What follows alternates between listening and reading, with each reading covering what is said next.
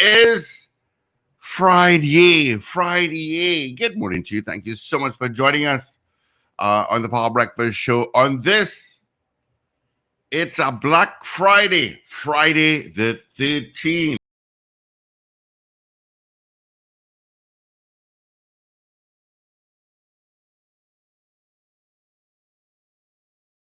It is Friday the 13th, I tell you. Friday the 13th, a Black Friday. We have an eclipse tomorrow just after 1 o'clock. Oh boy, I tell you. Anyway, thank you so much for joining us on the show. Full casting this morning, except one. Paul Richards, you just heard him with our news brief. We'll hear from Richard Raghubara Singh. We will hear from Wendell Stephen. Ruben has gone on some leave. So I got Shane. All right, my name is Steve. Can't keep you company until 9 o'clock this morning. Let's get straight into the WTs. All right. Traffic this morning, it is lighter than usual. It is a little bit of traffic by Chase Village heading towards Sugarguanas, and this volume towards the interchange. And after that is nothing until you get into Port of Spain. Usual spots by Trin City towards UE. You got some volume there. That's all. Eastern Main Road, nothing to tell you about. All right, let's get into the W's. It is 24 degrees at Piarco International Airport, 27 at Crown Point, 26 in Port of Spain. And, or if you want to call it, take the S out of Spain. Anyway, the weather for today, copy and paste last week, I would tell you. Predominantly hot and sunny and slightly hazy despite a brief shower interruption. There's a low 30% chance of heavier shower or isolated thunderstorm during the afternoon, favoring western and hilly areas. Fair evening. All right. At your weather and your traffic. Hope it helped you out. Let's see who sent us hellos via YouTube and Facebook. First off the gate, Oliver Man Warren. It's Friday. You could say that again. God Celia. Good morning to you. Had a power outage again last night. Oh, I'll come into that in a second. Wendy and James, DP, good morning. It's Friday. That's what she says. And it's a payday. Yes, for those fortnightly workers. Ray out in West Palm Beach, Florida. Good morning. Then I head to Boston, Trini in Boston. Good morning. Rennie Mohammed, out in Point Lisas. It's Black Friday. Anyone superstitious? I'm not walking under no ladder. Let's see. Carol Guevara, good morning. Marcia Rock, always locked on. Brenda Isaac, Wayne B in Compton, Georgia. Good morning to you all. And good morning to you, Paul Richards. Good morning, Steve. Good morning to Julie and Guy, who listens every morning. Julie and Guy. Morning, Julie and Guy. How you doing? It's Friday morning. No longer recently paranoid about Friday the 13th, but not anymore, I hope. Yeah. You know, as Rennie Mohammed said, not Rennie, it was God Celia that outage in Valencia last night. When I woke up this morning, I came out. We had a power surge. Everything just went dim for a quarter of a second and back up. I said, geez, and ages. I know I don't want my air conditioning units to spoil, so I think I'm going to look for a Breakomatic and put it on that. Everything else is on a Breakomatic except the air conditioning.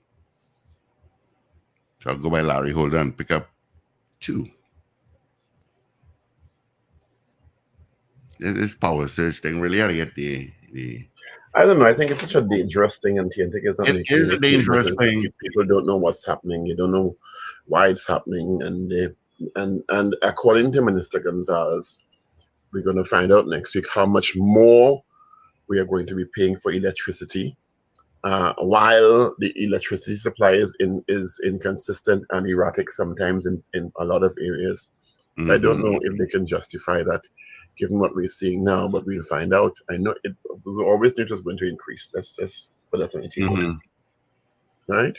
Yeah, so, but I that power surge just was like, wow. I checked and made sure everything was working. My Breakomatic on my fridge actually kicked in, and it shut the fridge down in 2 minutes after it came up. So, that just cement what I thought it was, and you know. But we haven't heard anything from TNTech regarding that, or have we? Yeah, it'll be next week. Anything. How Many appliances are going to wreck, and if appliances get wrecked and you go to the RIC, and it's like watching. Oh, well, say excuse me, Paul. What?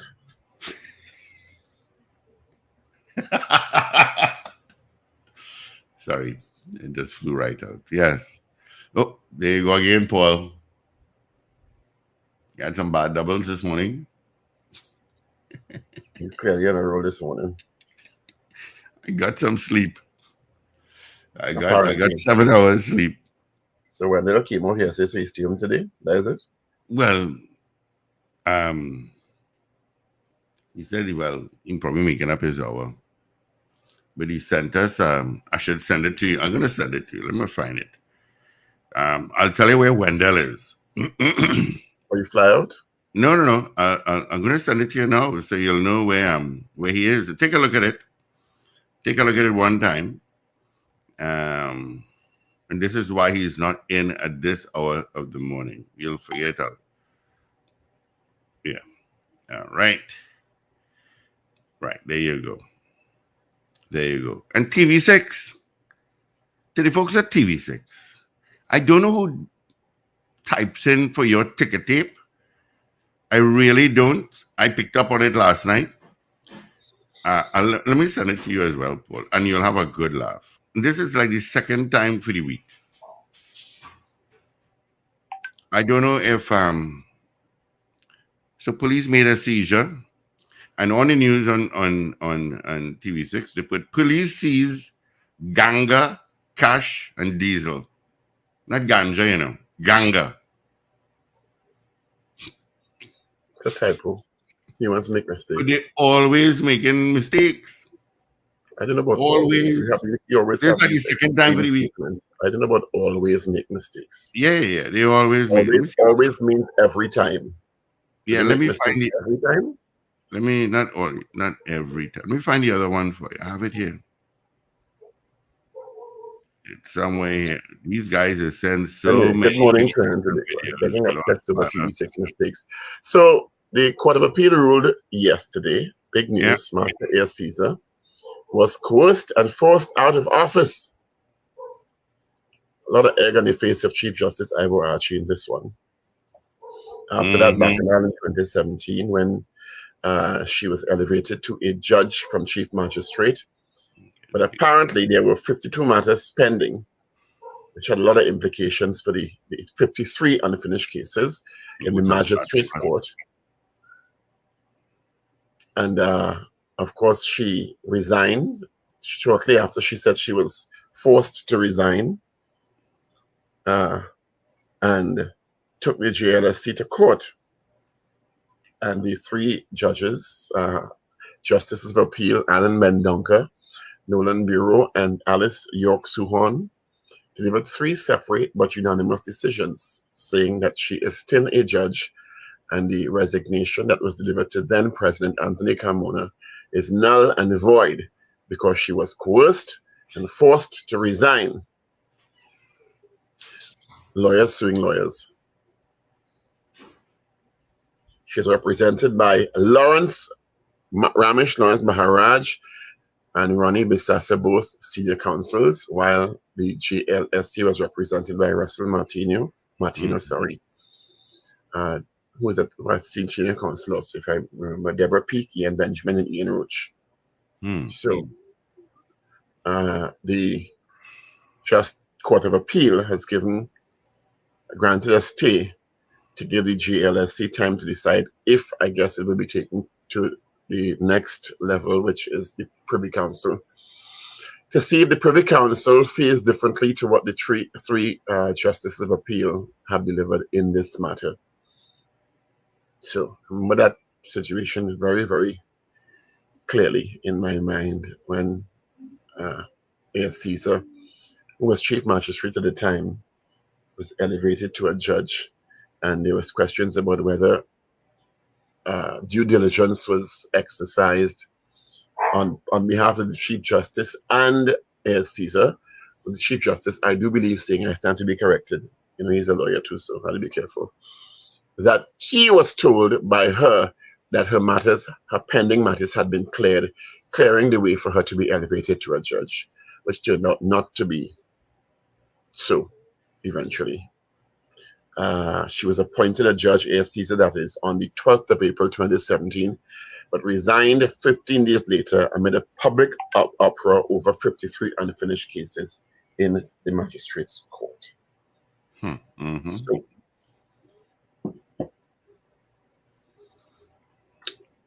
and I think next week we'll see what compensation she's going to get as well. Well, they won't grant compensation within the 21-day period that they've given the GLSC time to respond or decide on the next steps. Doesn't make sense. So if the GLSC doesn't respond and say, well, we're taking it one step higher to the Privy Council, then I guess the Court of Appeal will decide on compensation. And from really good sources, that compensation may be, remember she was appointed a judge. Judges go till 70 now. I don't think she could go on the bench as a judge anymore, given all the controversy. Mm-hmm. And she can't go back to being a lawyer in under 10 years. I think that's the rule. You can't go back to practicing after you've been a judge for over 10 years for obvious reasons. And she certainly can't go back to the magistracy. So which means if she wins, if the GLSC doesn't appeal and compensation is granted, she's going to get money. I think she's in the early 50s from now till she's 70 years old. Whoa, At a judge's salary and compensation package. whoa, That's my understanding of it. Nice pension plan. Yeah, boy. No kidding. But if, of course, the GLSC appeals, it will go to the Privy Council, which really doesn't take that long. Yeah, that will be over in under 2 years. You know? So we shall see. Compensation, but I tell you, yeah, we shall see. Well, people have to live, you know. If someone was wronged and clearly now forcibly, according to this just the Court of Appeal ruling, forcibly made to resign and leave the judge position. I think, this is my opinion, that due diligence was not exercised all over. Because on one hand, I think the Chief Justice had a right to ensure through documentation that all Mrs. A.S. Caesar's matters were resolved or passed on, the ones that could have been passed on. I think some could have been passed on to be resolved. And the ones that she was intricately involved in be resolved. There's nothing wrong with saying, okay, you're appointed, but you have 6 months to clear your docket of pending cases. And on the other hand, I'm wondering if, I'm questioning if A.S. Caesar did indeed identify that there were 53 cases still pending, and so those her ascension to the judgeship would have had implications for those unfinished cases. So clearly, due diligence was not exercised by somebody or by everybody or by some people. Clearly. Police intelligence suggests the seizure of a large quantity of firearms ammunition on Wednesday was linked to suspects in the attack on the Deputy Commissioner of Prisons, Sherwin Bruce, earlier that week. Wow, Really? a frightening specter. I'm trying to figure out how. What would Bruce have to do, or the Deputy Commissioner of Prisons have to do with illegal ammunition in Santa Cruz? Is it the same people who were involved in the attempted assassination are being linked to the illegal guns and ammunition? And if so, why have we seen an arrest or charging in this matter with the illegal weapons, the large fine? Nope. Has anyone been charged, detained, arrested? Nope.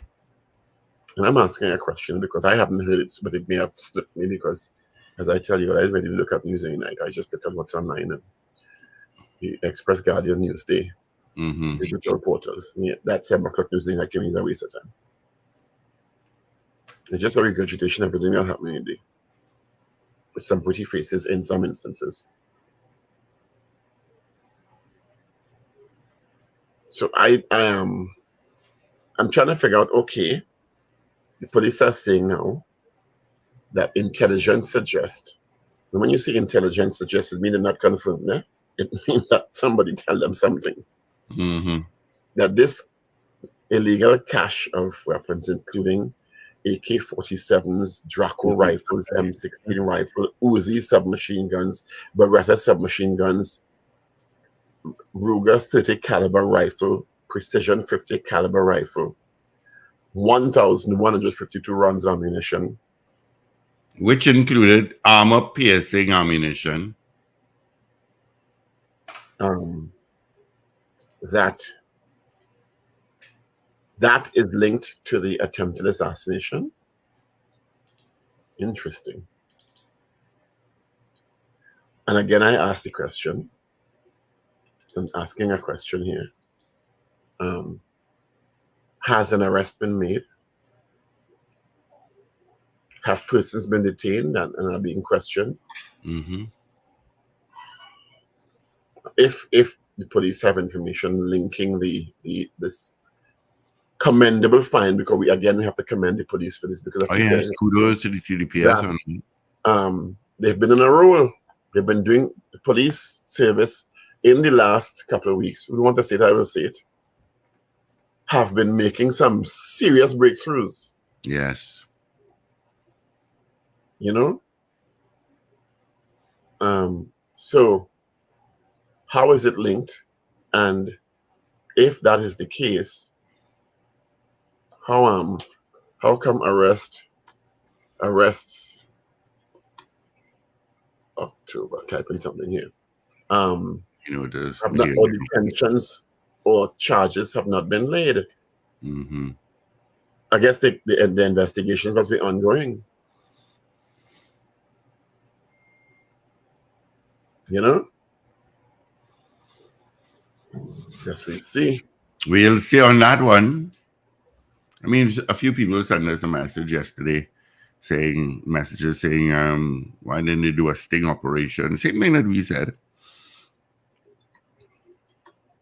Everybody always know the police, better than the police. I said that was above my pay grade. Everybody always know the police better than the police. Do a sting operation. You know that they didn't do a sting operation to find the thing? We don't know that. But I have to commend them. I will take time to commend them again, because they arrested people in the Heights of Guanapo killing. They arrested a person, I think, in the Andrea Lala and her uncle killing. They discovered the meth lab. The huge find of marijuana and drugs the other day, including cocaine, and this huge illegal gun find. So I think they've been doing very, very well. I mean, we know it is the tip of the iceberg where criminality is concerned, but I still think they need to be extremely well commended for the work that they've been doing. And look, the commissioner make a whole appearance and talk. Yeah. She did listening to us, you know. She was good. They're listening to us. Remember, we talk about that for weeks. Why does we brand herself with these successful events? And also, when there's extreme trauma, like we saw with the Heights of Guanapo killing, make your presence felt. And while you're at it, let the media talk to you too. I know where you're running from. But congratulations, Commissioner Haywood Christopher, and your team on the good works that you've been doing and the results that they have yielded in the past couple of months. I think it will be very hypocritical of us to chastise them when they're doing nonsense and not commend them when they're doing good. So, commendations, and keep up the good work.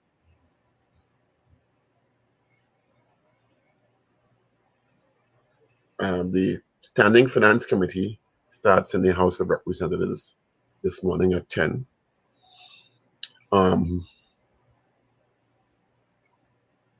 And of course, the last set of debate contributions ended yesterday, with words being thrown across the aisle, as usual. I don't know how to say that. I see the HDC, and I know people are probably upset with this, but I think this is the way to go. Has continued its debt collection drive to recover monies owed, 747, 874 and 48 cents in Tarodale Housing Development alone Where is that? in San Fernando. And those rentals are really low. Extremely low. Rentals. Sometimes it's like $25 and $40, $125. You understand? And in the case of an eviction which took place on yesterday, Thursday, these people ain't paid this rent since 2008.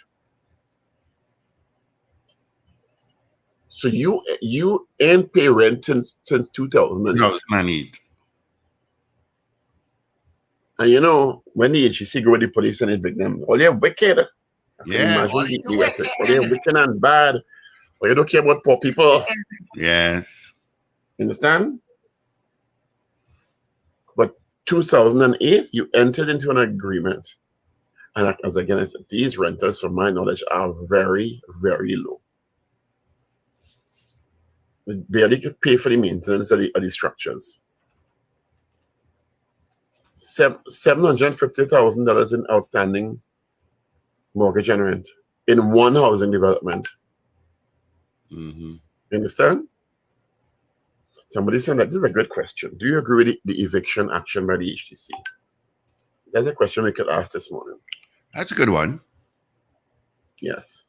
Yeah, that's a good one.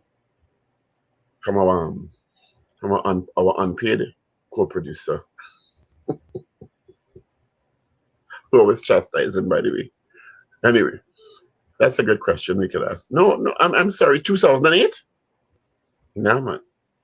Since 2008? No, people not serious. The road death figure for this year stands at 80 compared to 74. Apparently, in the last 6 weeks alone, there have been 14 road fatalities. 14. 14 in the last 6 weeks, with 9 pedestrian deaths of those 14. It's either people just crossing the road like crazy people, or people driving like crazy people, or both. Or both. I will go with both.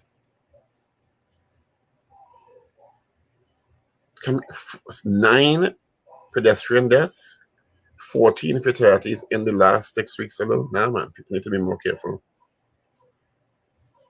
Need to be more careful. I see these guys just cross the beatum sometimes. And it's really like give a frog at them. Yeah, but beatum is not easy because ain't anybody there crossing the beatum. Well, a few have, but. When you hear that, remind me. No, there have been fatalities, people crossing the road. I can't remember. We're talking about now, though. We're talking about the last 6 weeks. Within the last 6 weeks, I haven't heard anything. Within the last couple of years, I haven't heard any people being killed crossing the beatum. I think somebody they have special skills. Yeah, boy. No kidding. You understand? Plus, people know. If you bounce on one of them, you're in real trouble. Real trouble. You're going to get a real drama. Okay? So, there was a guy in Samoa at a time who was on a scheme, would run into your account, pretend you hit him. Mm-hmm. And when you come out, because he did it to me many, many years ago. And when I got out in shock, and he said, no, I don't want to go to the ambulance, give me $100, I'll go to the doctor myself. And people came and said, forget he in a game. Yeah. So, and some, I'm not saying all, some of the water vendors that ply on the highways do the same thing now, Paul. They say, hey, you hit my cart. Get your cart out of the road. Yeah. I know these guys have to make a living. I know you're in traffic and you're hardly moving, but it's so dangerous. A couple of times I'm changing lanes, and when I ready to change lanes, there's a guy selling water with his cart in front of me. I have to pull back. It's so dangerous. Going back to housing, Camille Robinson Rachis, the Minister of Housing, said an audit report done in 2013 by KPMG revealed that $989 million was spent in constructing housing units, but there's no signs of the buildings. She was throwing words across the floor for Dr. Rudal Munidal, who was talking about the UNC's track record in building houses during the People's Partnership tenure. And Minister Robinson Rachis said that there are a lot of ghost houses, in her opinion, her government's opinion. She said the audit revealed that $789 million spent on the construction of housing units, but no houses to be found.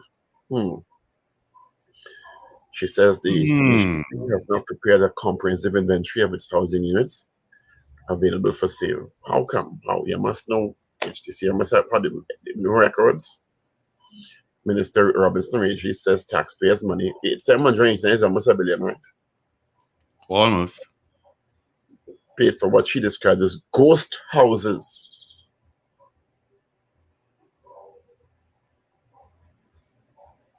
You see how we have problems in this country? I don't know. Taxpayers' money. People who can hardly pay their taxes. Decades and decades and decades of drama and malfeasance and missing money and overpricing and excessive leakage. And I don't know. It's amazing we have any money left to the treasury given the decades-long corruption associated with Trinidad and Tobago. Yeah. I always say we're lucky we stick some pipe in the ground and get oil and gas. Very lucky. Which is even challenging now, according to Energy Minister Stuart Young, who said we have old acreages which have reduced yield projecting forward. Anyway. Yeah. Chicago is saying that 3 people were arrested and charged for the murder of the central bank employee Darren Nandlal. Okay. Good. Kudos to TDPS once again. Yeah, I tell you that. They've been on a roll, and commendably so.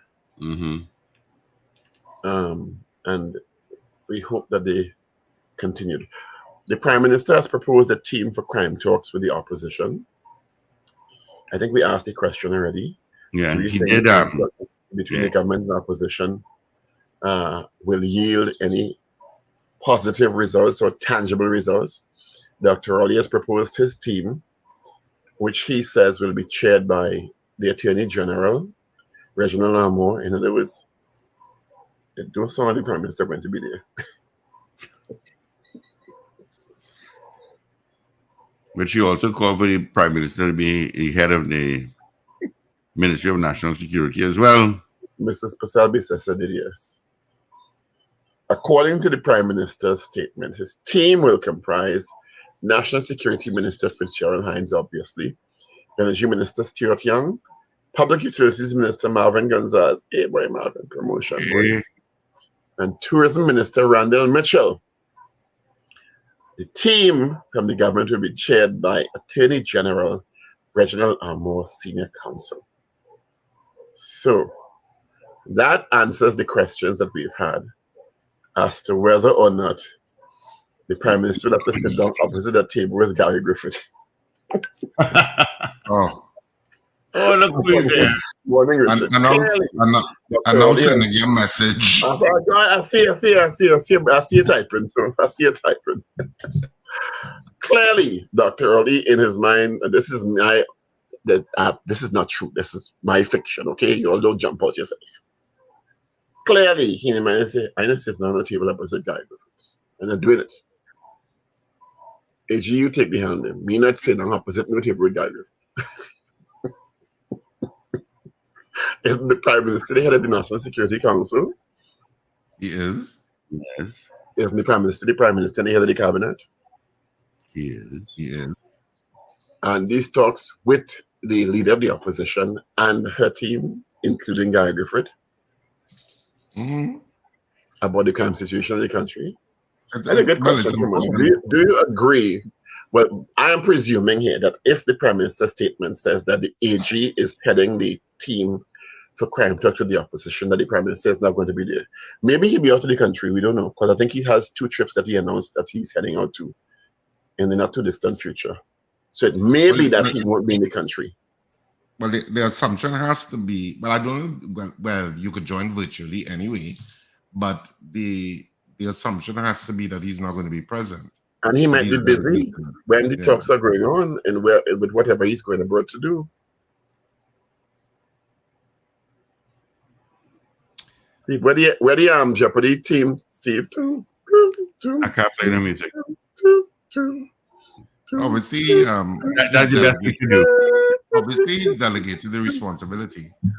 Delegated, that's kind. Yeah, he's delegated. Delegated. That's it. That's a diplomatic thing. That's a very diplomatic way to put it.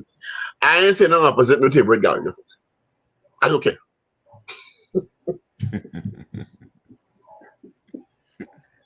I mean, we're laughing because it's crime talks, it's serious talks, but I mean, this development is just, what's the most kind word I can use? I suppose that could be the poll. Do you think that the Prime Minister should be part of the crime talks with the opposition? Should lead the crime talks, not be part of. He's the Prime Minister and the head of the National Security. Should be part of. It's part of his thing. Part of like just a member of the talks. What do you mean? It's the Prime Minister of the country talking about as the head of the National Security Council. I mean part of. You can be part of R&R Productions. Mm-hmm. Easily. You can be just part of Bacchanal Bubble and what? What's the next word? Bad behavior. Q. Which is on this week. Which is on this weekend. Pick up. Actually, which is on tomorrow. Saturday and Sunday. Friday, boy. Jeez, you had to drag it out to you sometimes. Yeah, boy. You're so reluctant to promote your stuff. I don't know what we have to get you to do to promote your stuff. No, but that to me, the fact that this statement has been made is very hilarious to me. That the Prime Minister says, as I said before, let's consider all possibilities. The Prime Minister may be out of the country at the time. Because I did see that he's heading on some trips in the not too distant future. So it may be that he's out of the country, and the talks are due to take place immediately following the budget, which goes into Standing Finance Committee today into next week, and then the Senate. But the Prime Minister wouldn't need to be here for the Senate. And possibly not the Standing Finance Committee, depending. I don't know. All right, so we'll see. So, but my theory is that this is my theory. I have no evidence to support it. This is just my anecdotal theory that Prime Minister Joseph, you ain't giving me no suggestions, Mr. Griffith. You not giving me no recommendations across no table. You. I will send in the B team. You have papers? I do, actually. I do. I have the newspapers. Got them this morning. So I could start with the Daily Express. And the Daily Express headline for today, and I might as well give you the date for those of you who it's a blur. It's Friday, October 13th. So it's a Black Friday. 2023. Rowley damn vex. That's the headline that the Express went with. He was damn vex. Rowley damn vex. Blast bail for serious crimes. Names 5 MPs for crime talks with opposition leader. That's the main headline. The main picture is of that is the funeral of Andrea and the father gripping onto her casket. It's a very sad picture. And you see, the Prime Minister will travel to London to oversee the signing of the restructuring of Atlantic LNG in November. You see, so there you go. I knew I saw it somewhere. So he won't be here. So you want to scrap the poll? No, the poll is still valid. People might think that the energy talk not as important as crime talks. True. And on the front page, again, in the subheadlines, Marcia Ayers Caesar wins appeal, forced to resign. I assume you talked about that this morning too. Yeah, we did. As one of the main stories. And on the back page of the Daily Express, Matthews urges more from batting group, more to offer. Windies women face Australia in final ODI. That's the back and front and back of the Daily Express. I move straight along to the Trinidad and Tobago Newsday. And the Newsday today, front page, PM alarmed as police find high caliber guns and ammo. Threat to the state is the headline that the Daily, but not Daily, the Trinidad and Tobago Newsday went with. Appeal court judge illegally forced to resign. Appeal court judge illegally forced to resign. Put the papa thing in it. Main picture is that of the funeral of Andrea, which is the 13-year-old girl who was murdered hours after making a report on sexual assault. Tragic. And on the back page of the Newsday, TT face Guatemala, chance at Nations League quarterfinal spot. Eve, we see this as a final. And Matthews wants more from batters after washout down under. So that's the front and back of the Newsday. On to the Trinidad and Tobago Guardian for today. And on the front page of the Guardian, forced out is the headline they went with. Appeal court rules in Marcia Ayers Caesar's favor. Agrees CJ JLSC coerced her out of office. Rules she should be reinstated. Record expunged. That must be great news for Marcia Ayers Caesar. Oh, yeah. After going through that period of time that was no doubt was very challenging. Main picture in all the three newspapers this morning is the funeral of Andrea, and of course her father in grief, and other family members. Andrea Lalland. High-powered weapons were a threat to TNT, says Prime Minister. That's also on the front page of the TNT Guardian. And on the back page, fearless warriors, footballers aim to keep win streak against Guatemala. And that's it for our 3 dailies this morning. All right. Thank you so much, Richie Rich. Of course, let's get the results of our morning poll from yesterday, where we asked you, do you think the persons responsible for importing the large cache of weapons found in Santa Cruz by the TDPS will be held accountable? That was our poll yesterday. And let me tell you as well, you can party with Pavi and Burn Team Global. They present Vision One at Charity Cooler Cruise. It's happening tomorrow, folks, 4 p.m., sailing at 5. Party to the sounds of DJ Lovey, Dub Venda, and Juicy. Tickets are $250, groups of 10, $2,000. For tickets, call Shamika, 346-8730, or Candice at 271-9655. Do you think the persons responsible for importing the large cache of weapons found in Santa Cruz will be held accountable? 100%. 100% said no. There you go. Let's get into this morning's poll. Well, the poll is right there. Do you think the PM should lead the crime talks with the opposition? Because apparently he's not leading it from the information we have thus far. So do you think the Prime Minister should lead the crime talks with the opposition? That's our poll this morning. And you can start voting now at 222-TALK, 222-8255. North Americans, 866-525-1099. People on the web and app, of course, you can send your votes via the comment section on our YouTube stream.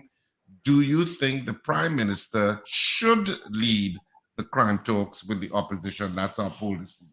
Because they said the release said the Prime Minister is heading to London to deal with the Atlantic energy restructuring, resigning. But the energy minister is Stuart Young, so let the energy minister go and so. But you all know what I think about that already. So I think.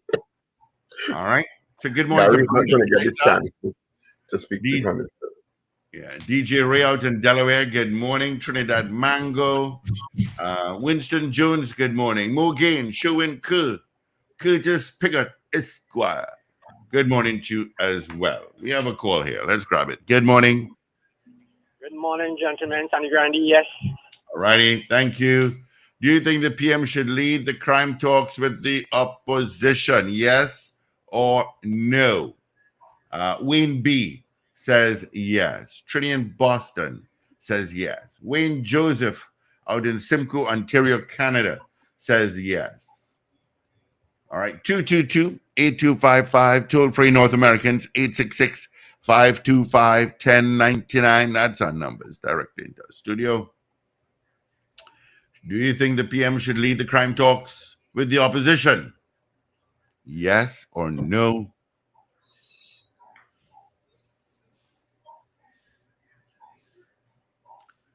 Winston Jones says no to the poll. You will never see. Sorry? Winston Jones says no to the poll. Yeah. So you make sure to arrange a trip fast to me, yes. Make sure I out to hear when them crime talks going on. I not sitting down opposite he. He's not going to be lecturing to me on how to fix crime. No, it's not happening. That is not going to happen. That kind of pink elephant he will never see. Oh, jeez, I think it is. And on Gary's part, you can imagine Gary in that meeting. How you feel now? How you feel now? I hear, look, I hear. You can't get rid of me so easy. How you feel now? I hear. Shuin Ku says yes to the poll. Julia S. Batiste also says yes to the poll. Good morning, caller. Steve, good morning. Good morning. Yes, he saw that team that he has assembled there. What kind of Mickey Mouse team is that? They can't be serious. Yes, he should. All right, thank you.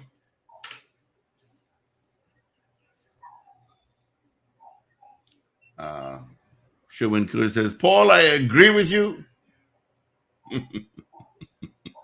Are you not getting to tell it? No, I'm to you. I tell you what to do. You fire me, and I'm right here. Ish out in Malik says yes. Thank you, Ish. I'm not talking to you. Behave yourself. Can't do that.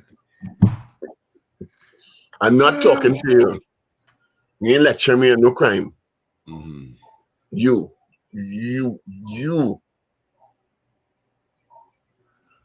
No, sorry, all year. Talk to Reggie. I see the US assisted with that cash find in Santa Cruz. Oh, really? Yeah. They've been working a lot with the American law enforcement agencies. Mm-hmm. And a lot in discovering and uncovering a lot of these. It's still extremely commendable. Extremely commendable. I can't commend the TT police service enough for their work in the last 2 or 3 months. Yeah. They've obviously ramped up. Yeah, and yielding results. Yeah. The only question about the Santa Cruz thing, as we asked earlier on this morning, is have there been arrests, detentions, charges laid?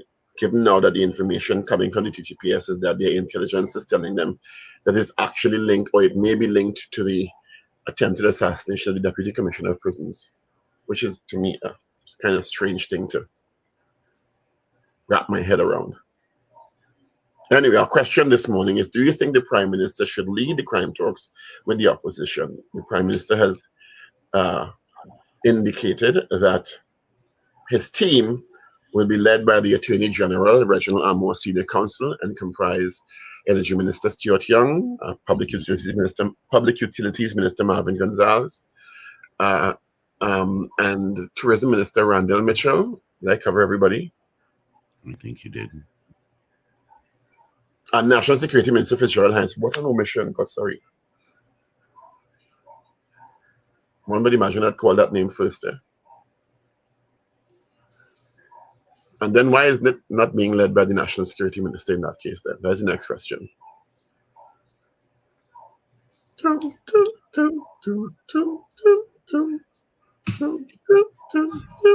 right. Our poll this morning, do you think the Prime Minister should lead the crime talks with the opposition? You said about team, but it seems that he's not leading it. He's not part of that team. That's what we get. That's the implication we get from this statement from the office. Yeah. So do you think the Prime Minister should lead the crime talks with the opposition? That's our poll this morning. What says you? What do you think? Spigot says absolutely no. Beefy Smith says yes to the poll. Edwin Marshall says, Paul, I agree with you. Okay. Christopher says, okay. CPT Singh says no to Rowley leading. It should be Imbert. Jenny Fanko says, hi, no. Oh, hi, D-ho. Morning, Rangers. Okay. Morning, Jenny. The opposition has indicated that their team will include former Commissioner of Police Gary Griffith, now NTA political leader. I presume Dr. Mungal, as a senior member of the UNC, will also be part of that team. And who else is possibly going to be in that team? Did the UNC name their full team that you can remember? Not off the top of my head. No, no, yeah. But they did say that Guy Griffith is going to be part of the team. Yes. As I said, but he's suggesting how many members of the opposition? He's suggesting 4 or 5. It shouldn't. I think it's 4 members, if I'm not mistaken. I think 4 seems to be the number in my mind. Could be the leader of the opposition, Guy Griffith, possibly more than likely Dr. Rudan Mungal. And who else? Saddam Hussein, because he always talks a lot about national security.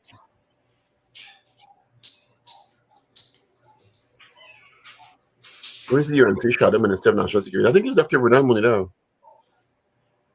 Maybe Dr. Mungal, I'm not sure. Yeah. Anyway, our question this morning is, do you think the Prime Minister, Dr. Keith Rowley, should lead the government's team in the crime talks with the opposition, which are due to be held immediately following the budget debate, which goes into Standing Finance Committee today, into next week?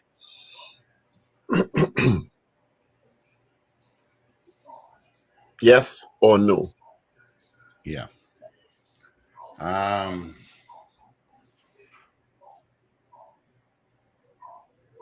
Never a dull moment in this country now, let me tell you.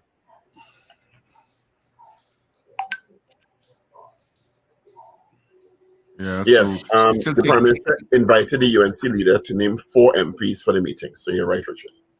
Yeah.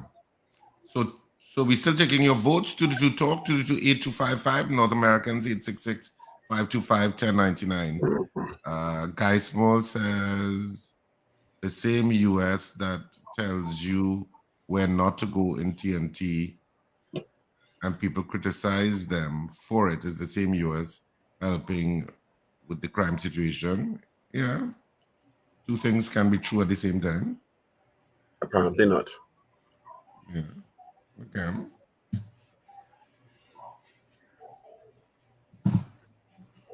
Yeah, that's our question this morning. Of course, the assumption is that the US will have even more technology than and we probably have. And resources. And resources to deal with and this. And intelligence and information, particularly in transnational criminal elements or groups. Come on. You think we could survive alone? We can't. Mm-hmm. As much as I and everybody else may have issues with the US and the way they do things sometimes, you really can't ignore them. You can't work without them, and you can't just ignore their input in particularly these situations.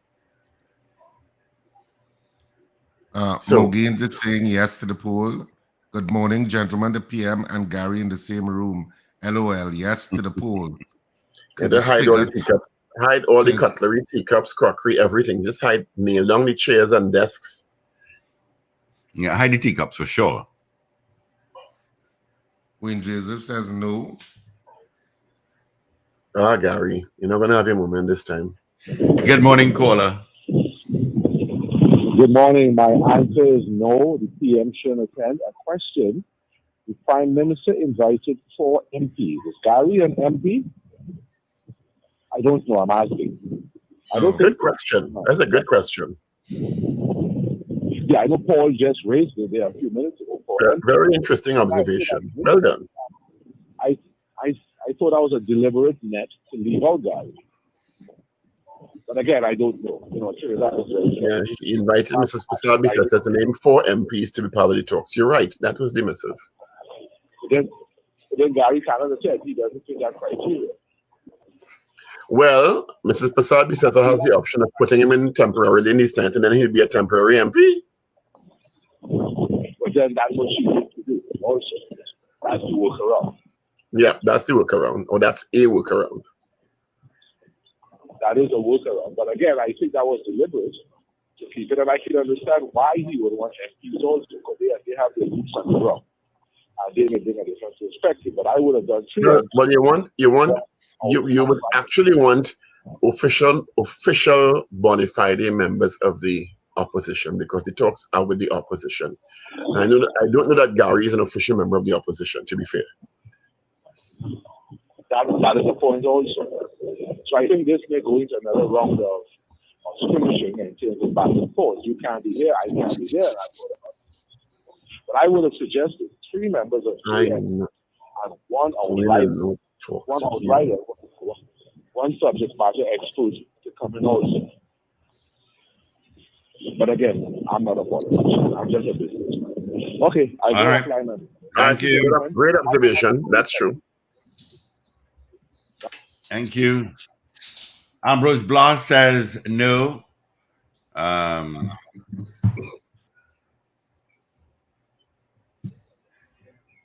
Never a dull moment. Everything ends up in a bacchanal in this country. Everything.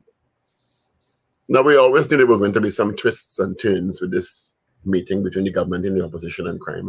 We always knew it. It's just to wait and see how it unfolds. They always give him Richard new material to write. That's all.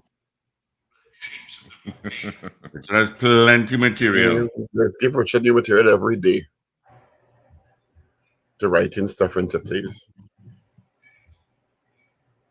So a question this morning: do you think the Prime Minister should lead the crime talks with the opposition? The Prime Minister's office has indicated that the Honorable Attorney General Reginald Amor Senior Counsel will be leading the government's team, including Minister of Energy Stuart Young, National Security Minister Fitzgerald Hines, Public Utilities Minister Marvin Gonzalez, and Tourism Minister Randall Mitchell, who I do believe are all attorneys when you now think about it. Not so? Mm-hmm. Yeah. The entire government team are attorneys at law. Josie Richardson says yes to the poll. Mm-hmm. Didn't have it recorded. Zeba Peak said the Prime Minister letter said they can solicit comments from citizens. That's how Gigi gets a word in. He can send comments, not attend. Renu Halasi, DJ Ray. Okay. Yes, says yes. I still think the Prime Minister should lead, though. I still have the National Security Council. But clearly, to me, this is my opinion. He ain't sitting on opposite no table with Guy Griffith. There's been too much acrimony.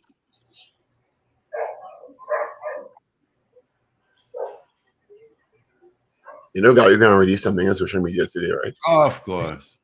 You know that, right? You know, right now he recorded it. You know that, right? Taking long, I find. You know it coming before 8 o'clock, right? You know it coming. You're going to get a long, definitely 7-minute one today. You're going to get live today. Good morning, Wendell Stephen. I don't know why you're not here. Okay, give me an hour yesterday. Can I give you an extra hour live? Is it going to long after 7 this morning? You know? He sent you the WhatsApp where he is.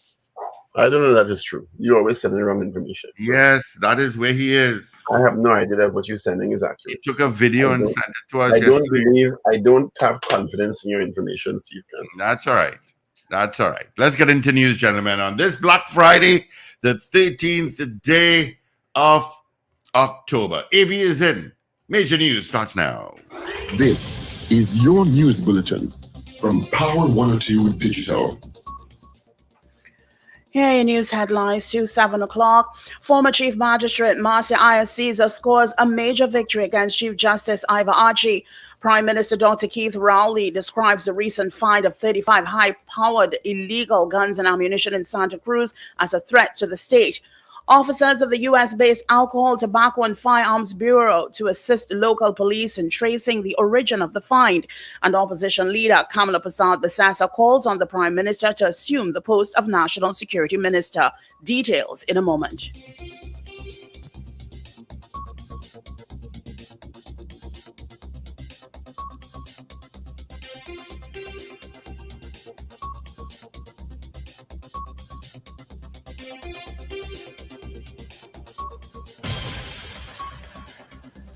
This is news to 7 o'clock on Power 102 Digital. I'm Avril Sintel-Bab. Good morning.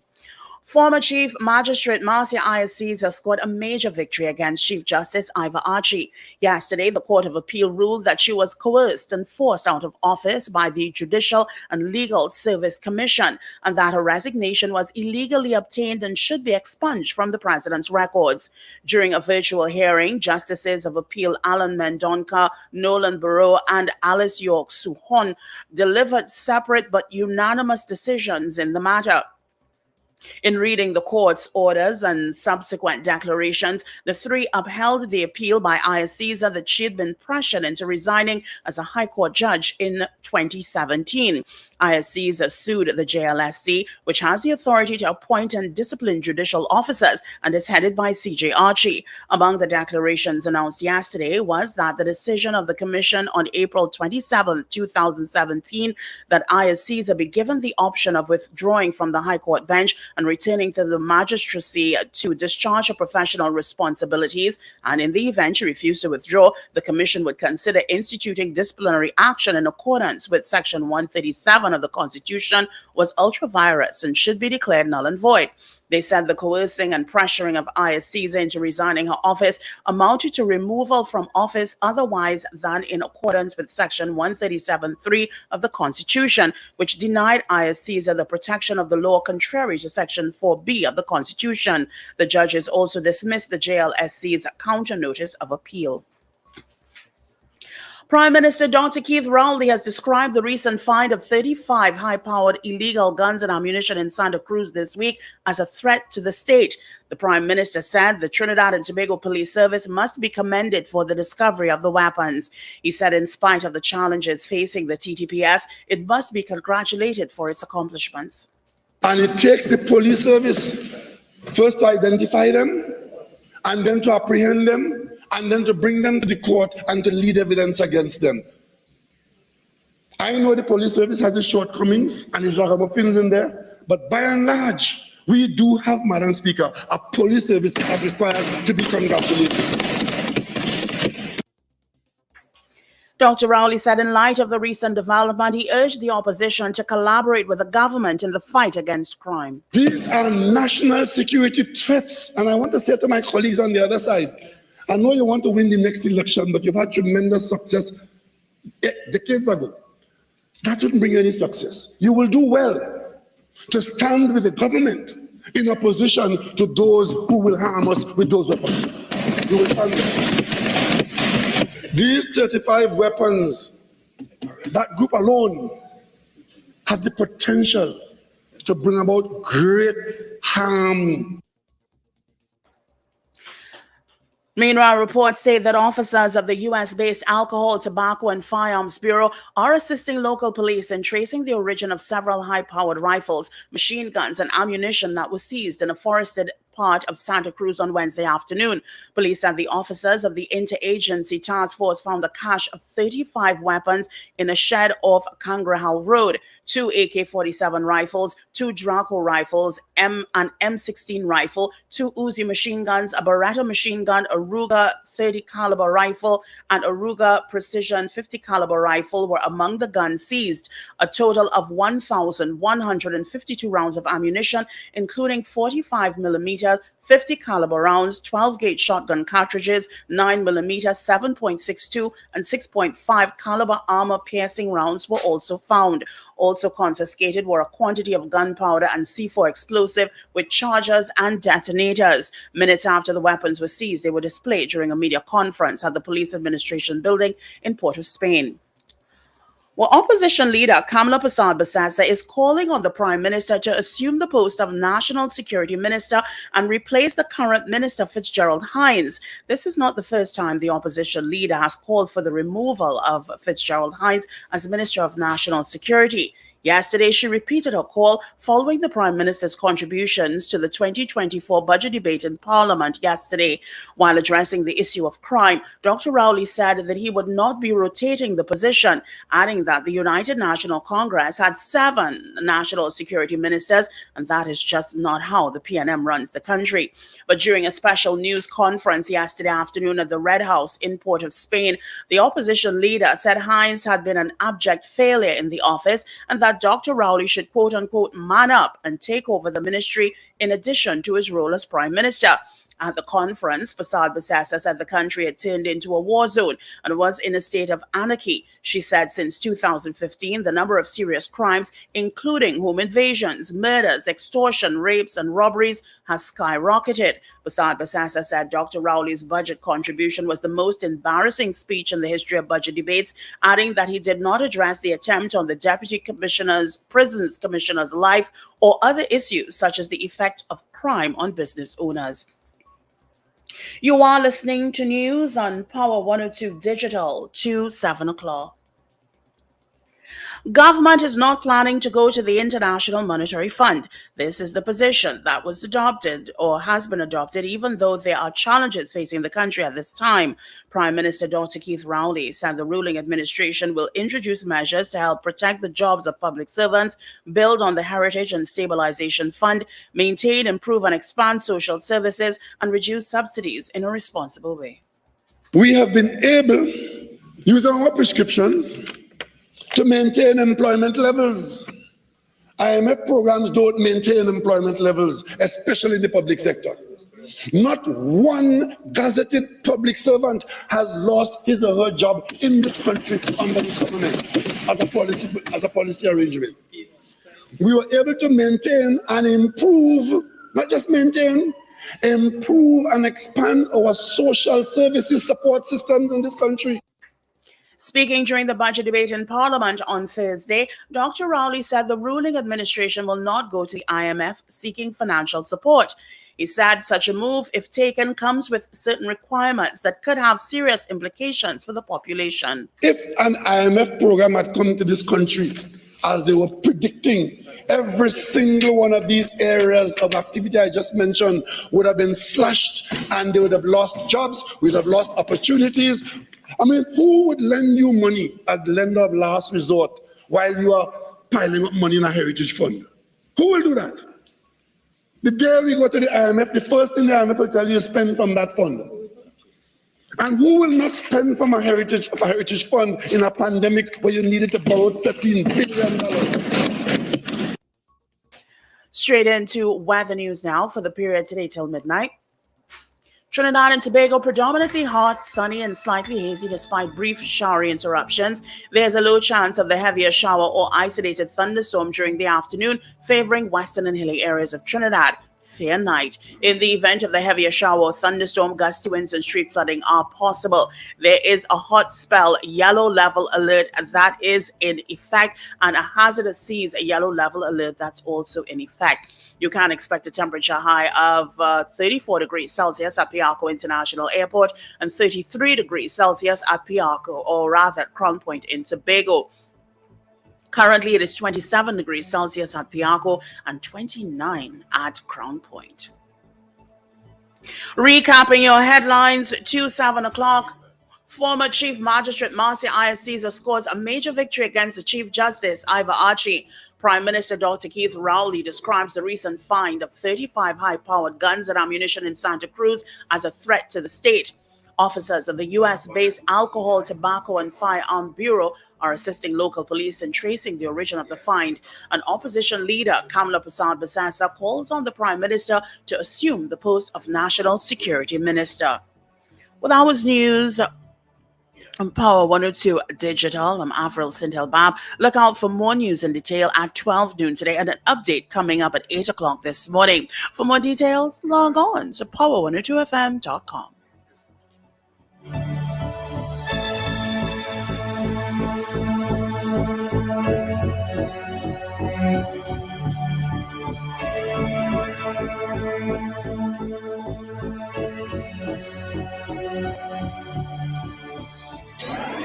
Up to date and credible.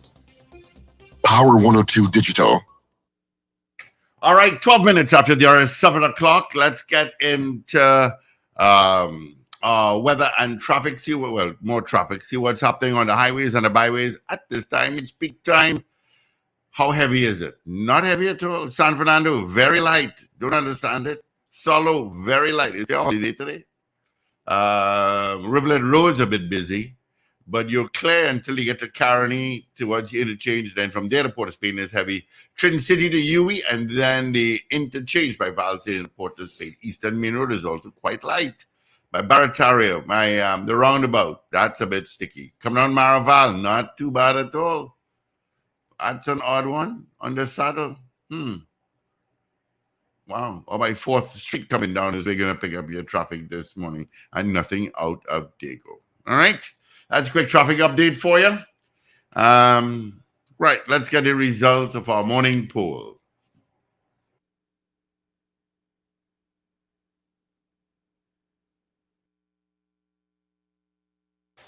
All right. I wasn't taking notes. Yeah, I always know. I have the results. I always think that traffic and thing is going to be longer than it actually is. So we had 21 people voting on the poll this morning in the allotted time. Of the 21 people, 13 of you said yes. You do think that the Prime Minister should lead the crime talks with the opposition. 8 of you said no, you don't think it was necessary. So the ayes have it this morning in terms of our votes. Of course, you can continue to vote on this poll throughout the day, throughout programming, and we'll give you the final result on Monday morning because the weekend has begun, people. We are at the weekend point. And of course, theater is on this weekend. As you know, lots of theater on this weekend. Bacchanal Bubble and Bad Behavior is at Cipriani College. You should not miss it. Trust me. We could even say, if you don't laugh, we'll refund your money. I'm not going to say it, but we could say it. It's that funny. It's on this weekend at Cipriani College, Saturday at 8:30 and Sunday at 6:30. Of course, the box office at Cipriani opens from 12 noon to 6 p.m. daily, and tickets are available at all our usual outlets: Electronics in Arima, Jubilee Railway in Chinnapuna, and Tony's Florals in Valpark Shopping Plaza, just beneath Valpark Chinese Restaurant. The Cipriani College box office, which is open from 12 noon to 6 p.m. daily. Friends of Marabella at the Piaco Plaza, Friends of Trinidad and Tobago now, of course, at Piaco Plaza. K-Squared Fashions at East Gates and at West Mall. And of course, tickets are also available at Chamflair Auto Services. Does Rumbox have tickets for Cipriani College, Wendell? I'm not sure, you know. I'm not sure either. Good morning. Yeah. Sometimes I deal with the ticket distribution, but I didn't this time, so I'm not sure. Yeah. I suspect they do. do. I'm not sure. Nikki Crosby is also on with 50ish, Hot AF South Trinidad. You should not miss Nikki Crosby. Trust me, she is a treasure of laughter. And I mean, the stories that Nikki Crosby portrays and indicates on stage, narrates on stage, no, it should not be missed. Trust me. I tell you, at some points the audience is roaring so much it's deafening. So you should not miss it. She's on at Sapa this weekend after Queen's Hall and Cipriani College, and she's been filling those theaters, so I expect she will fill Sapa too. Saturday at 8:30 and Sunday at 6:30. Tickets available at the Sapa box office from 12 noon to 6 p.m. daily, and tickets are also available at K Squared Fashions, C3 Center. And why am I saying Citygate? C3 Center and at K Squared Fashions in Gulf City. Both have tickets. Friends of Marbella by the Roundabout, and of course Creme Fresh in Brentwood Mall in Chaguanas is the go-to point for tickets for either show, either Bacchanal Bubble and Bad Behavior, and which is on at Cipriani, or Nikki Crosby 50ish and Hot AF. That's also, tickets are also available at Creme Fresh in Brentwood Mall in Chaguanas. So at Brentwood Mall, you can get tickets. At Creme Fresh, you can get tickets for either show. So that's a good one-stop point that you should keep in mind. And people are buying tickets for both shows at Brentwood Mall in Chaguanas, actually. So, welcome, Wendell. All right. What did I miss? My apologies, but I did send a message. That I may miss the first hour of the show. And so I'm happy to be here. In the land of the living. Happy birthday to all those Librans celebrating birthdays today and this weekend. Lots of people. I don't know why it's not coming up. Huh? You're this weekend? Yeah, I'm Sunday. Yeah, you're the 15th. Yeah, I'm Sunday. So happy birthday in advance, my friend. Yeah, man. Gary Camejo is also the 15th. And the Cummins, quite a few people comes up on the 15th. 14th tomorrow is Karen Lucas and Karen Ali, and quite a few people too. Former councillor Ken Taylor. And of course, today is a good friend of mine, Camille Balkaran. She's celebrating her birthday today. And Aidan Gregoire is also celebrating his birthday today, along with many other people.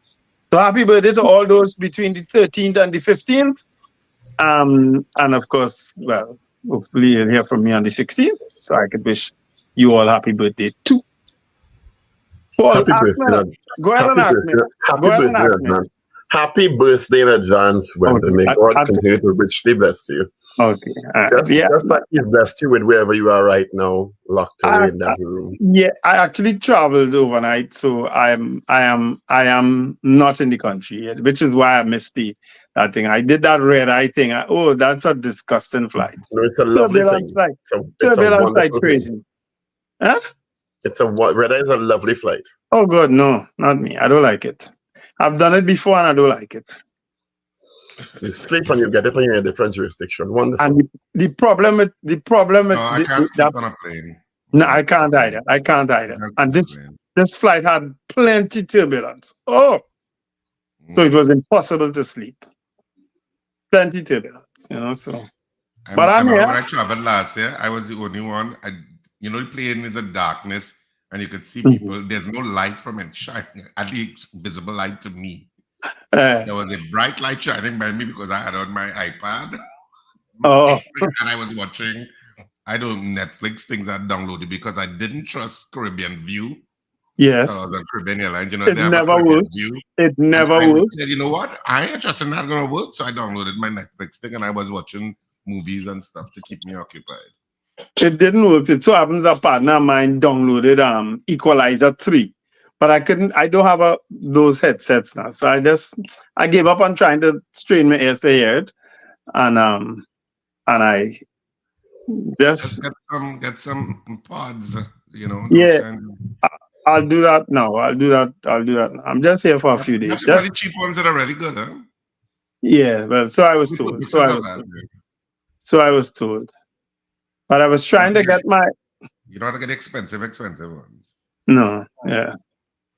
Yeah, but yeah, so what did I miss? I want to just touch back on that cache of arms and ammunition that the police, based on the police press conference. I'm going based on the police press conference, where they said, and I quote, that they got a tip-off and went trekked miles into the Santa Cruz forest and found the arms and ammunition. My question is, who leaves arms and ammunition just so in a forest?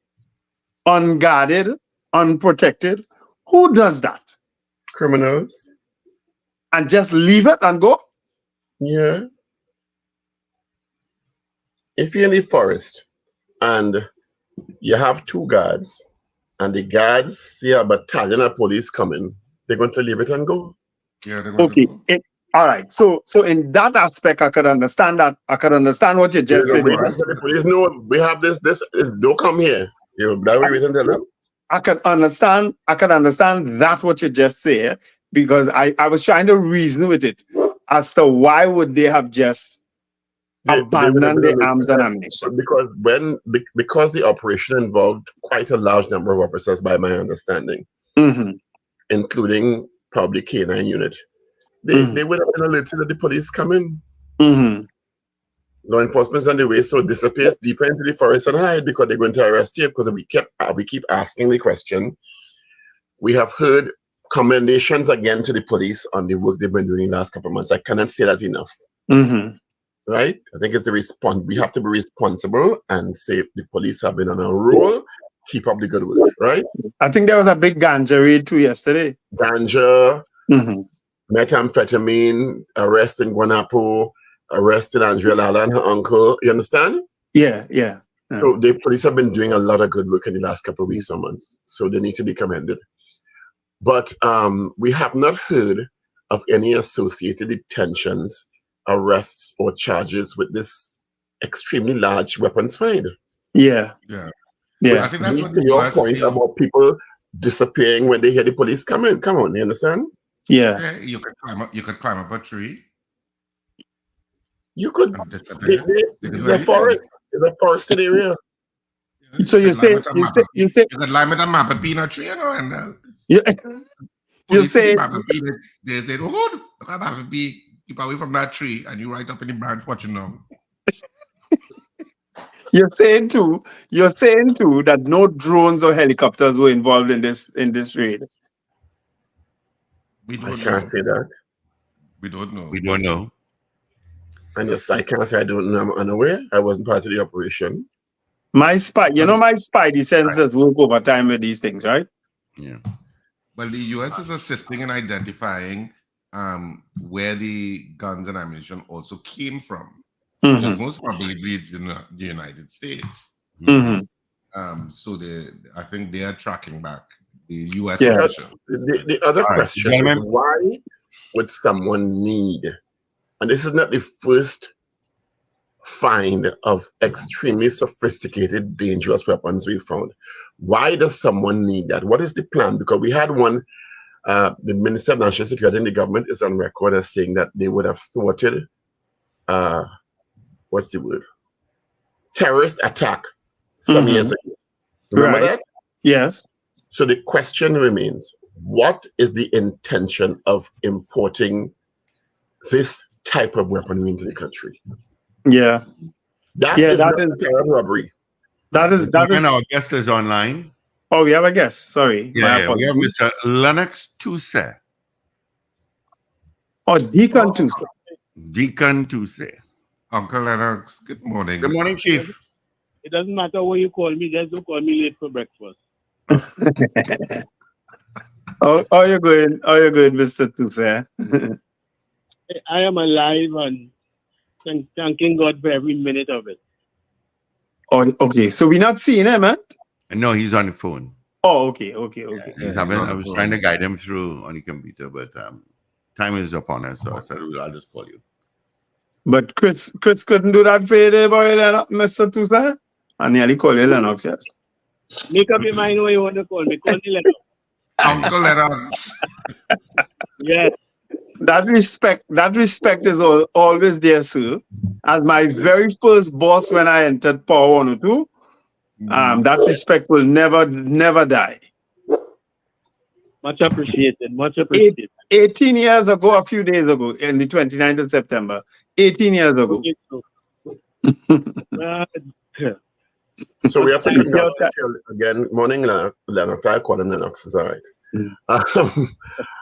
On the book again, the book launch that you launched a couple months ago. Basically, quite an inspirational story. Remind us of the name of the book, and it's an unlikely success story or something like that. Yes. That's it. You got it correct. And when you hear that, if people know you, because we've only been known to associate you with success, it's an odd story for people who have known you for a lot of years. Why that particular title? Because everything I know about you is successful. So I don't know how you could be an unlikely success story. Well, it is really twofold. Errol Pilgrim, may his soul rest in peace, spent a lot of time trying to convince me that we should do this book. And just as we agreed that we would get down to it, Errol passed. And a few weeks or months after, Tony Fraser and I was talking, and Tony said, well, I don't mind taking up the challenge. So Tony and I got down to it and really did a lot of work. The name has been questioned by almost everybody, and rightfully so. Because the mission of the book is to encourage young men, particularly young black men, that the world doesn't end if something doesn't go your way.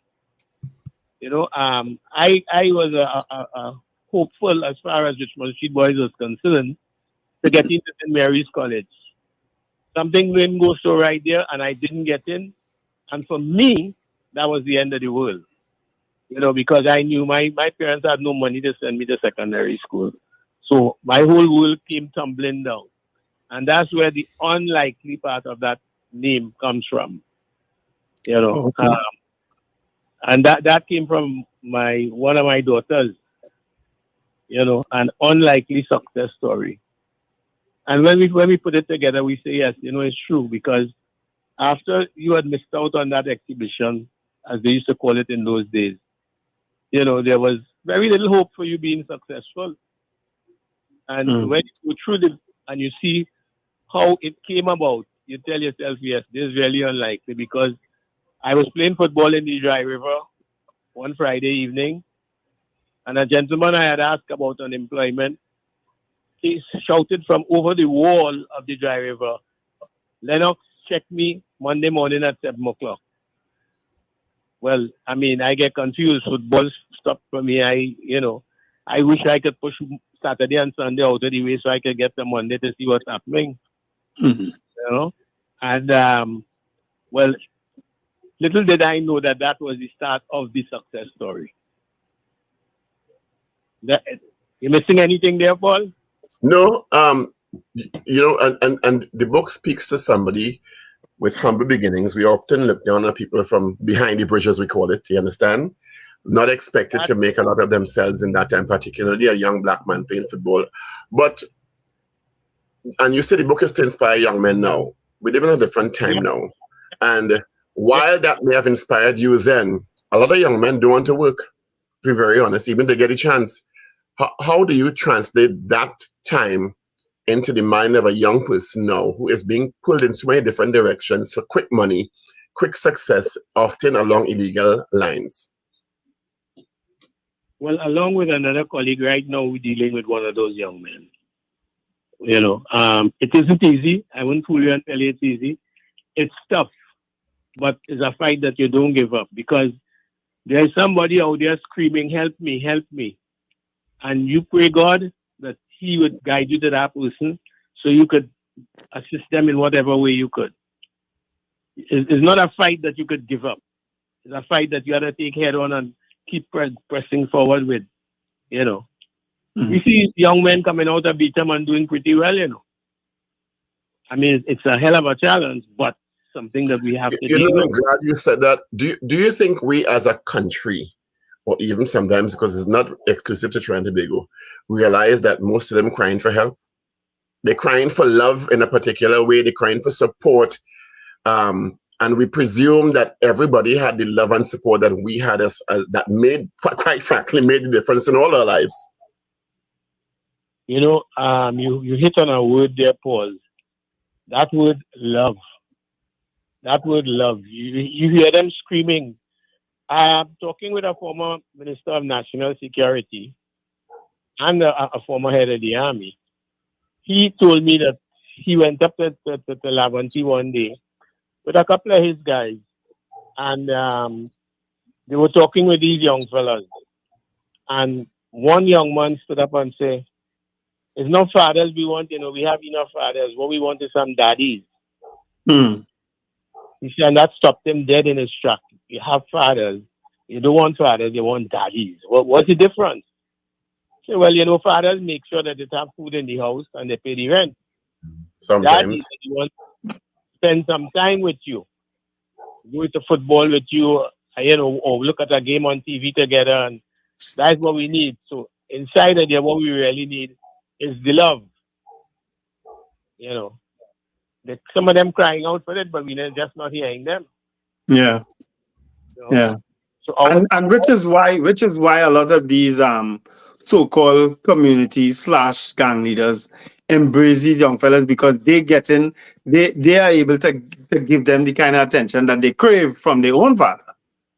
That's right. Yeah. That's right. I remember years ago, I was cutting my hair on Henry Street by Randolph Francis.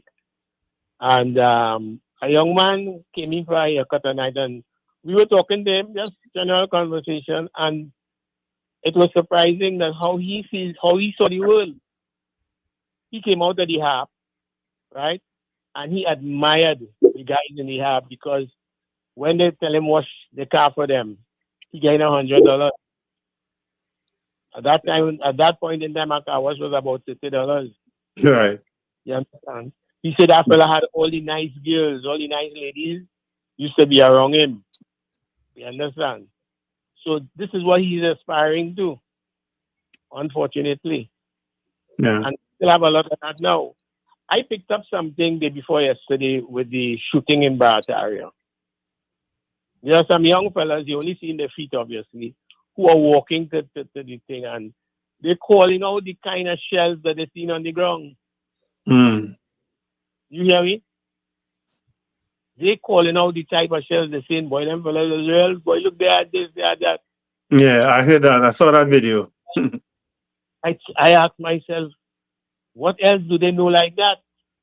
That's ammunition talking about, Yeah, because when they were talking about it, they were shocked that the person lived because of the type of shells that they were describing.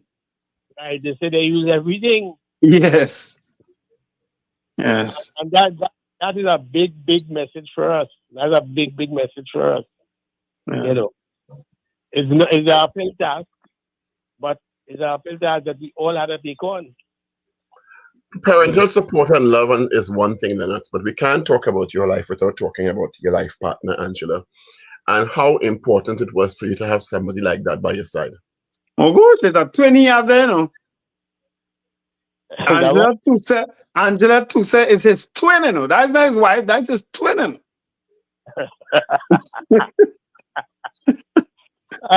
They are inseparable. Yeah. You're quite correct with that, And I thank God for her and for the 3 wonderful children that we have, and we have 6 grands and 2 great grands all coming last 3. And I'm extremely grateful to God. Yeah. No, Mr.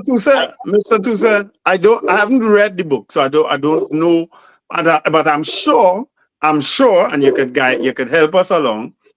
Your stint at Nestle, I will never forget that, because you assisted me a lot back in that day, and assisted thousands of people in all manner of ways back in the days when you were at Nestle. You made that a household name, Nescafe. Tell us a bit about that stint now. That is the stint I started to tell you about when the gentleman looked over the driver wall the Friday afternoon. Okay. He was calling me to come to Nestle to be a loader in the warehouse. Mhm. Loader in the warehouse, when the goods come from the port, you take them off the truck and pack them in stacks in the warehouse. And that's where I started. And that was the lowest rung of the ladder. And I mean, I met guys working there who had been working there for years. And I tell myself, this looked like a stepping stone for you, you know. And that it was. I was given another challenge, which I took up to become a salesman. And I showed my wares there, winning a couple of salesmen of the year. And then they moved me to supervisor. And then I just kept going. And I set myself a target every 2 years to get a promotion. It wasn't easy, you know, having to work as a salesman and then rushing off to UE in the afternoon to do an evening class, you know. But I knew that I was going to make something of this, you know. And by the grace of God, I thank God every minute that I was successful. Yeah. It's only with God's help I was able to push through there. You I were want to also able read- to make a significant contribution in the realm of culture, Calypso Steel Pan. Give us a sense of how much that played a role in your life and your success story. It played a role because when I went to live in East Dry River, I moved to City Syncopators. A matter of fact, the gentleman who called me for the job at Nestle, he was living right on the street by City Syncopators. And I spent 10 years in City Syncopators, really nice, exciting times, you know. And then I always had an interest in Calypso. I found there was something really marvelous about Calypso. And I had that interest in it. And when I moved to Barataria, two things happened. The street that I went to live on in Barataria, the street where the shooting took place, Sparrow Avenue. And I lived on Sparrow Avenue opposite to the Mighty Composer. You know, and I indicated to the composer my interest in Calypso. And he said, well, come down to Kingdom of the Wizards in the night and look at me operate, because he was the man in charge there. And I went down there for a couple of years and I got a inkling of how this thing works. I knew it was very, very challenging. I tell anybody who plans to take up a stage manager position in the Calypso tent, it is not easy, right? But at the end of the day, you know, 2 decades was spectacular, and a lot to show for it. I can't help but feel proud of that effort, you know. And I thank the late composer who was my early guide. I pray his soul may rest in peace. How do you get young people to understand that is important? I encounter young people all the time, and a lot of them, not all of them, don't understand the importance of volunteering and apprenticeship. It's all about money when they come. I remember being offered a job, never did TV before, and was called by Chida Bulai, who was the general manager of TV6, to do some work for them. And I'm talking the absolute truth here. I looked at the opportunity more than the money. I didn't even ask them how much they was paying, to be very honest. I looked at the opportunity to learn something new more than the money wasn't as important to me or wasn't important to me. And it served me so well in the long run. But a lot of young people now don't think that way.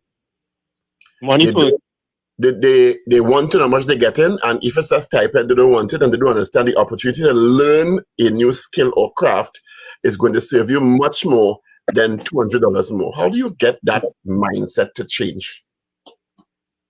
Well, before I forget it would be remiss of me if I don't say thank you to William Monroe, because at the time William Monroe was the owner of Kingdom of the Wizards, and he asked me to come in and help him do some marketing of the tent. And also thank you to Claude Martino, because when Claude called me to help him with Spectacular, I recommended someone else whose name, you know, I thought at the time that person was better than me, because that person was my coach. And he said, no, I've been looking at you. I want you to do it. And try as I may, he wasn't taking no for an answer. And I said, all right, I jumped into the spectacular, you know. So those two gentlemen I must long remember. And I particularly remember when William Monroe invited me to his house a Sunday morning in November. I say November, to listen to an album. That album had on it Caribbean Man and Play One. And I told him Leroy Callis was going to win the crown, and he did. You know, so whatever little inkling inside of there, the Holy Spirit was pressing me on to come into that culture and give it a hard push. You know. So which spirit led you to the media though, and specifically Power 102? Well, having dealt with numerous advertising agencies, I dealt with almost all the advertising agencies and dealing with all the people there. Media was a very important thing for me. I remember Louis Lissing telling me the other day, Lennox, I remember when I come in your office at Power 102 and sit down and talk with you and to get some advertising out of you, which you did help me with. You know, I can't remember half of these things, but when I was challenged with the media, and I particularly liked Power 102, particularly liked it. And then listening to the young people, I knew that 94.1 Boom was the big one of the day. I also worked with O'Brien Haynes in Nescafe Party Time at TTT. So connecting up there was not too difficult for me. You know, I must say that I really, really enjoyed that stint. You know, having to meet with some of the most glorious radio people that ever walked in that interview. Yeah. No, I can call the name because I can call one of the names because I will never forget that day you and Brian McKnight called me into the office and say, Wendell, I want you to go in the morning show. I say, what? They say, yeah, you the man for that morning show. I say, with Gladiator? They say, you say, yeah, with Gladiator, you're going right there. And I've gone there and I've not turned back. I stuck. Now look at Paul Richards of it. Yes. Richard Raghubar Singh was there already. You know? Yeah. I stuck. You had a phone came on accident. Yeah, you end up with 2 shots, eh?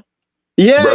Well, look, Richard's still here, what, 400 years later. He's a glutton for punishment, so. But you had a very experienced Steve Kahn as your backup.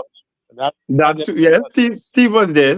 All of them was afraid to go in the room with Gladiator. Richard would come in from time to time and make a cameo, and all Gladiator used to tell him, "Look at you, you come here and look and make that noise on that desk, Lord Father." I say, "What it is, Lennox too said, put me in here." But I put you in, but I was sitting asking myself one night how I end up in this. And I think I said that in the book because I had Gladiator to deal with in the morning. Mm-hmm. And I had other people in the mid-morning. The mid-morning had people like Wayne Chance and Marcia Henry and forget the young lady's name whose son just got his law degree. Schumer Wilson, yes. In the afternoon, I had to deal with Anil. Yeah, and sprung along. Yes, I asked myself, how did I end up here? But it was a nice challenge, and I think I dealt with it the way that I should have. Yeah, I think you dealt with it very admirably. And then priesthood, the priesthood. What happened? What happened there? I always had that inkling in me because there are numerous things that I did in my lifetime, and I know it's only God that could save me. I remember taking some Bajan friends of mine, the guys from the band that did Talk in Barbados, the big hit. They came to spec for the final night of the Calypso 10. And then they wanted to go down to Mobs 2 to hear Marshall. So I took them down there. And the time was running, you know, and every hour I hear Marshall coming in the next hour. So he come in at 1, come in at 2, he come in at 3. And I say, listen, you see this? I had to get to a shower to go to church, you know. And they were in a state of disbelief when I made an arrangement with the owner of Mobs 2 to get them a taxi whenever they were ready to take them back to where they were staying. They said, nah, you can't be serious. I said, coming on just now and you leaving? I said, I have to. And I drove from I was at Mount Hope at the time, to Mount Hope, had a shower, had some coffee and some breakfast, and went off to church at St. Anne's. Because my belief is God had to be in the carnival for the carnival to work the way it works. Because when you think about the consumption of alcohol and all that takes place in a carnival, and at the end of the day, we come out unscathed. I mean, there's plenty to thank God for, you know. Plenty. You're right. Yeah. So people used to laugh at me that I Not everybody's come out unscathed there. Yeah. How you going to church carnival Sunday morning? I would leave at Tico Skinner Fest right by me in Barataria, have a cold shower and head for church. Because I said if God was not in the carnival will not be what it is. A lot of people are asking where they can get the book. The book is available at Living Water on Frederick Street. It's at on Richmond Street by what's the name? Book. I do Richmond Street, close to the street. You can't miss it. Book Specialist. Book Specialists. It's also available at Shock and Stock at West Mall, and it should be in Movie Town this weekend. So we had a little challenge. I think the book went faster than anticipated. So getting the second, that was a challenge to us, but we've gotten it now, and it is moving well. Thank God. It would be remiss of us not to ask you what it was like writing this alongside Tony Fraser. Oh, a fantastic experience. Fantastic experience. And you know, before we go to Tony Fraser, when they asked about church and things, I must say a special thank you to Father Godfrey Stout. Father Godfrey Stout is the man who picked me up. I was going to church in Tanapuna by him, and he's the man who started to work with me. So today I am where I am. Okay. Yeah. And so what how are we gonna work on Richard, the original acolyte there? How are we gonna get him back to where to his flock, Deacon Toussaint? Let me work with him for a little while and we see what happens now. All right, because if you could work that miracle, well, then you could be prime minister and president, wherever other high office in this land. If you work that miracle. You see those two? I've been advised by a close colleague who is in our presence now to stay away from those two things. I know who it is then. Yeah. But yeah. Tony Fraser, I'd like to say a special thank you to Tony because we went all the way. We dug at certain things that, you know, and Tony also wanted to find out how I can mix the two because at Spectacular, we started the season, the first night of the season, we would have somebody like Bishop Clyde Harvey or Monsignor Christian Pereira or what's the young man from the army name?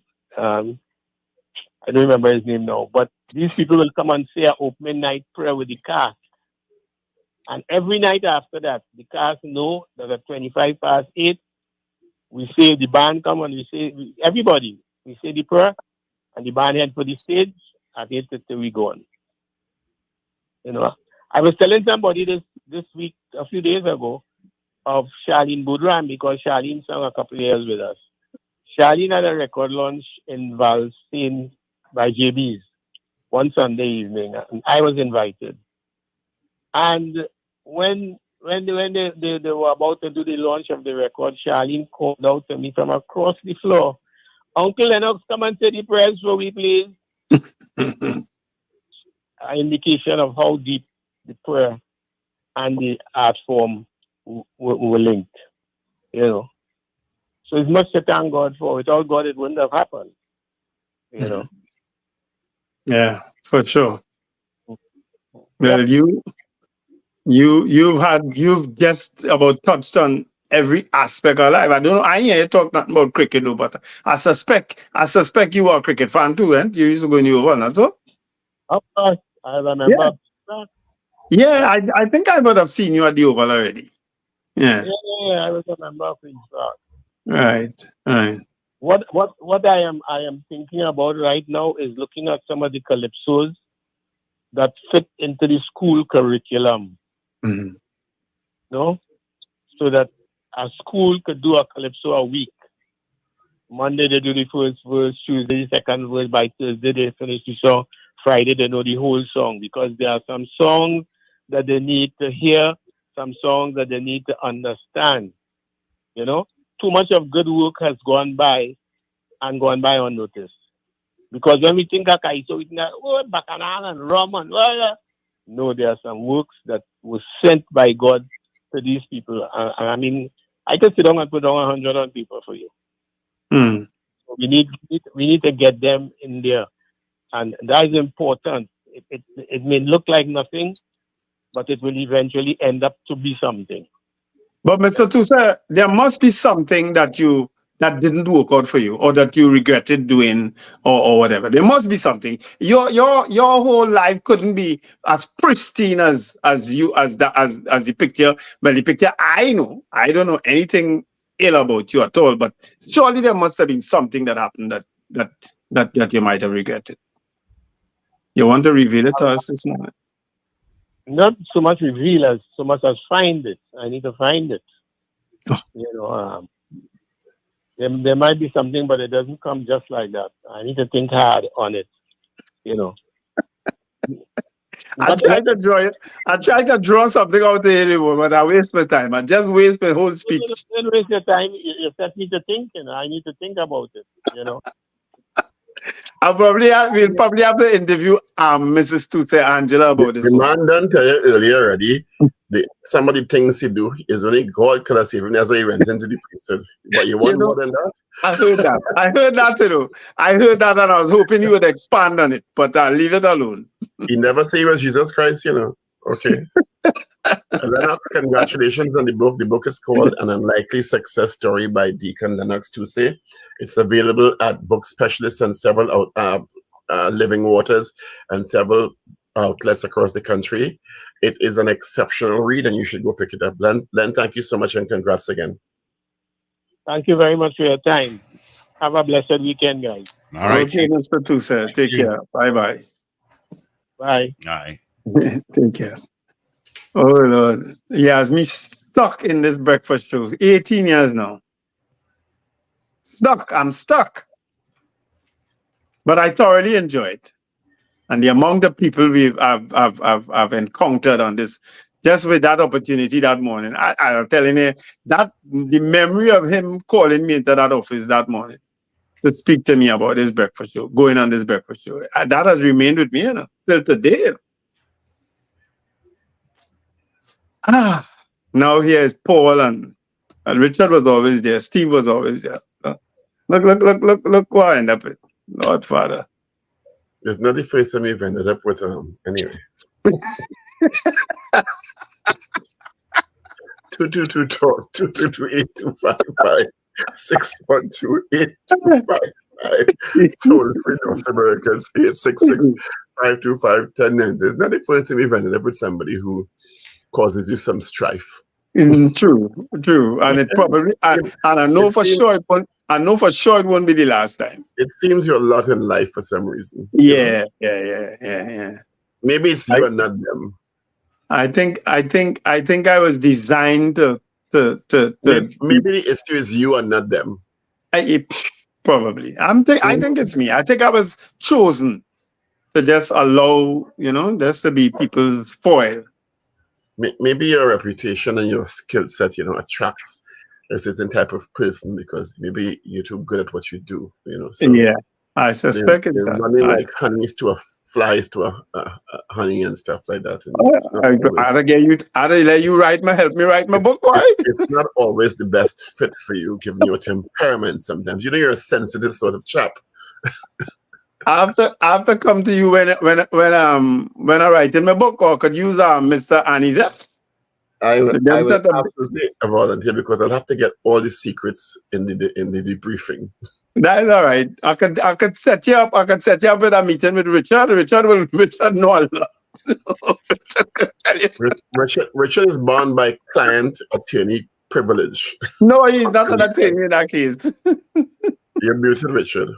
You think he's not an attorney? He's an attorney all the time. You shared. That'll be a special chapter, Paul. Secrets of my life. That's a chapter in the book.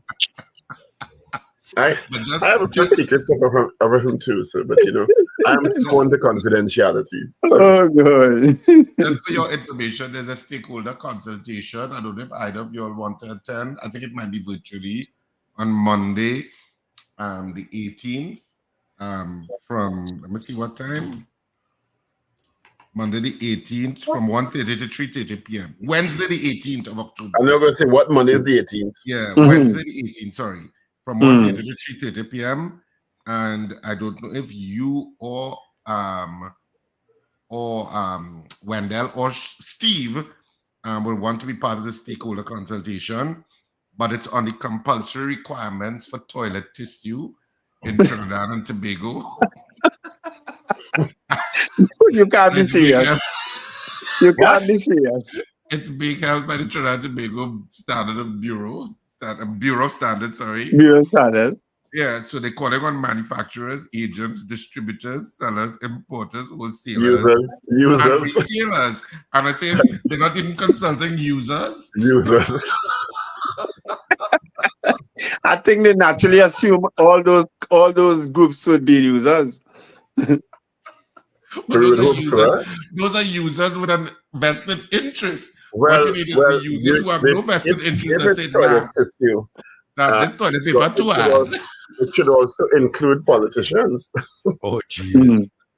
I find that you have triple ply, three ply. Have a great day. Be safe and gone. Wonderful. Be safe out Paul, there. just before you go to Paul, I see as you predicted, I think you predicted it that the Prime Minister is not included himself as part of the Security Committee.